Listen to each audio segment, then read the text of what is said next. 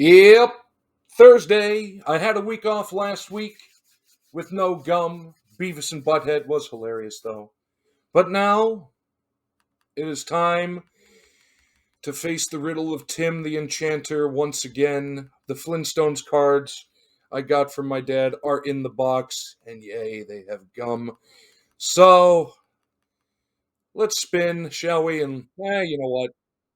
Pontification aside, let us spin and see who wins. Coming up. Well, how about the irony of that? Yay! Come from 30 years ago. Yay! And the search isn't even going to take long because I literally only threw them into the box Ojank a couple days ago. So, there it is, right on top. Overly dramatic hunt. But, just received from my dad over the weekend the Flintstones movie from 90, I think it was 94 officially released. I know these cards were 93 because of you. That's right, because of you. I know what year exactly you are. But we take a look anyway. Okay, did any of the others have this? Did they randomly put the nutrition facts on the gum? So what am I technically, in theory, going to be eating? 8 calories. I doubt that. Anyway, 2 etched foil cards randomly inserted into every 36 packs. Copyright 1993 Universal City Studios. Man, that was a mouthful. Anyway, who remembers the movie? I remember the movie, and it was not good. But it was the 90s. What are you gonna do? Well, I'll have to figure out that pack, but let's just see how disturbingly wonderful this gum is going to look. At least it's in actual foil instead of wax, so we might have some sort of...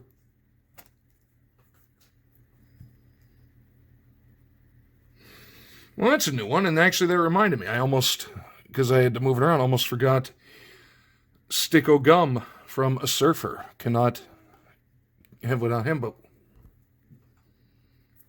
it's wrapped?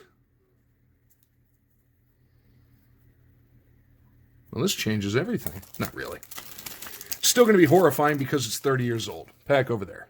That aside, let's get in and let's... Come back to that, Zach. All right, we got 5 movie cards. I fanned them out to get them all in order. Unfortunately, no foil cards, but we go in and let's see who I actually remember from this movie. We got One Happy Family. I know it was Rick Moranis and Rosie O'Donnell were Barney and Betty Rubble. Can't remember who played the kids.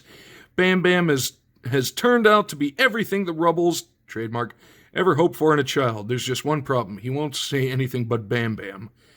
Barney spends hours with him, asking him to please say Dada, but Bam Bam refuses. The cartoon was good, and I think honestly should have been left where it was. The Quarry of the Future. Is that... Time out. Is that Kyle MacLachlan? Oh my god, I forgot Kyle MacLachlan was in this movie. Oh my, I wonder if he forgot. Cliff Vandercave, yep, that was him. Right there. Kyle MacLachlan, big fan. Promises to cut costs by using steam-powered conveyor belts to create low-cost housing. Not only that, but he plans to get rid of the quarry workers. But Fred is skeptical. There's no way this little doodad is going to do the job, he insists, pointing to Cliff's model. I'd say I don't remember the movie, so I should watch it again, but I'm not gonna. The Bird or the Kids? Okay. Didn't realize it was that deep in Flintstones lore. At the quarry, Fred and Barney see that Pebbles and Bam Bam have been tied up on the conveyor belt that takes the rocks to be crushed, and standing near the control lever is Cliff Vandercave. Hand over the bird, he says. Come on, Kyle MacLachlan, you're better than that. Here's the jank, a double, One Happy Family. Man, even in jank, I can't get away from double. What is it? Okay, before I go to the last card, what has it been with this week? Yesterday had like 3 base packs out of that football blaster, and now 5 cards, and 2 of them are the same from a pack from 1993. And a tearful farewell. Look at that. No, Fred. Well, there he's on the back. Fred Flintstone, played by John Goodman. Barney has revealed that he switched his aptitude test with Fred's, but Fred and Wilma refuse to believe their friend, and a huge argument ensues. Sadly, Barney and Betty pack up their belongings and prepare to leave their friend's home. Well, we have that. Unfortunately, you know why? Because it wasn't sitting here. That's why this. See? Last week that was out there. There was no gum. This week I had moved it to film something else, forgot to put it back. And then this happened. Well, join me, won't you? And let's see what else happens. Yep. I'm still intrigued by this.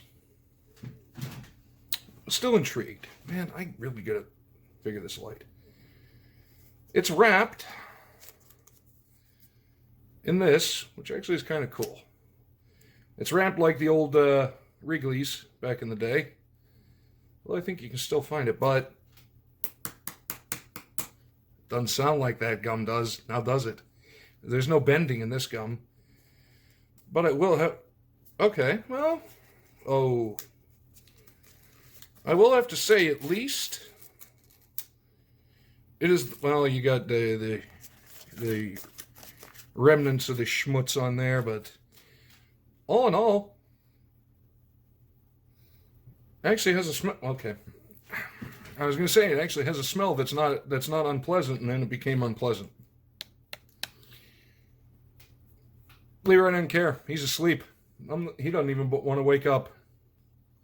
Oh, no. No, no.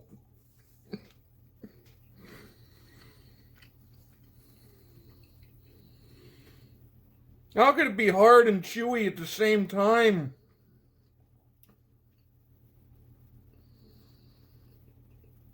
Why is that a thing? Am I really that bad a person? Nah. It won't go away. Because through some sorcery, I'm not going to show it to you, it's gross, but through some sorcery, it turned into gum.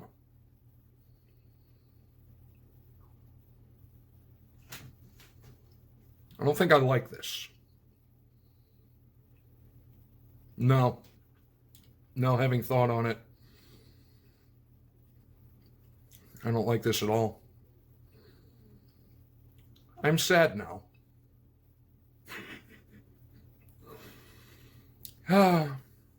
Well, this has been another 2.5 minutes of my life that I'm regretting. Could have been spending it doing anything else. Instead, I'm literally chewing on 30-year-old gum, which has turned into gum, but yet tastes like old. Medieval alchemists, take note on whatever Topps did. I am not looking forward to opening the other pack of this. I'm really not. Have a good weekend, everybody. We'll see you next time.